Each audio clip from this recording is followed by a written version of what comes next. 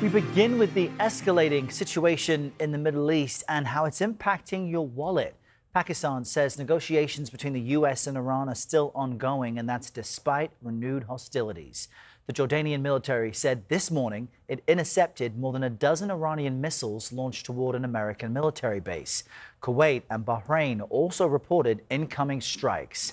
Last night, the U.S. carried out another round of attacks targeting key Iranian facilities. President Trump tells Fox News the U.S. will bomb Iran again tonight if a peace deal is not reached. Both he and Defense Secretary Pete Hegseth are accusing Tehran of playing games. It's fully negotiated.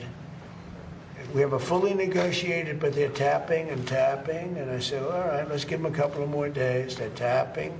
They're choosing to tap. If they want to tap, then the president will turn to the War Department. If we need to negotiate with bombs, we'll negotiate with bombs. And we're very good at it. But take a look at this data. Inflation is now at a 3-year high. Energy prices are a big driver of this increase. The president, who campaigned on lowering prices, was asked about this specifically yesterday.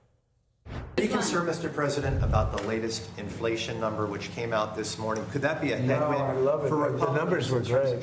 You know what I really love? I love the inflation. CBS News political reporter Kathryn Watson joins us now. Kathryn, that quote may come back to haunt the president, but he did go on to explain that inflation he thinks will come down when the war is over. But this comes not long after he said he doesn't think Americans' financial situation matters. He doesn't care about the midterms. So help our viewers understand what's going on here. Yeah, well, Errol, you aren't the only one asking what the president is trying to say here. I saw frustrated Republican operatives asking the same thing, asking how this messaging is supposed to help Republicans in a tense midterm election year. To the comments that you mentioned that the president previously said that he doesn't think about Americans' financial situation. He was trying to say that he doesn't really think about Americans' financial situation as he's negotiating. But of course, his comments there, his comments on inflation are frustrating some Republicans. These higher prices are, of course, a result of, largely a result of the war with Iran. The president said in trying to explain his comments yesterday about why he thinks these inflation numbers are great, he said that he expected gas prices and the stock market and inflation to be much worse off than they actually are. House Speaker Mike Johnson tried to defend these comments from the president yesterday. Let's listen in. It was totally out of context. You know what he was talking about. But I mean, President, these are focused on domestic economic situation. He is working to bring down prices. He is working to get the Strait of Hormuz reopened. There's all sorts of great economic indicators, but there's still challenges. Gas prices among them.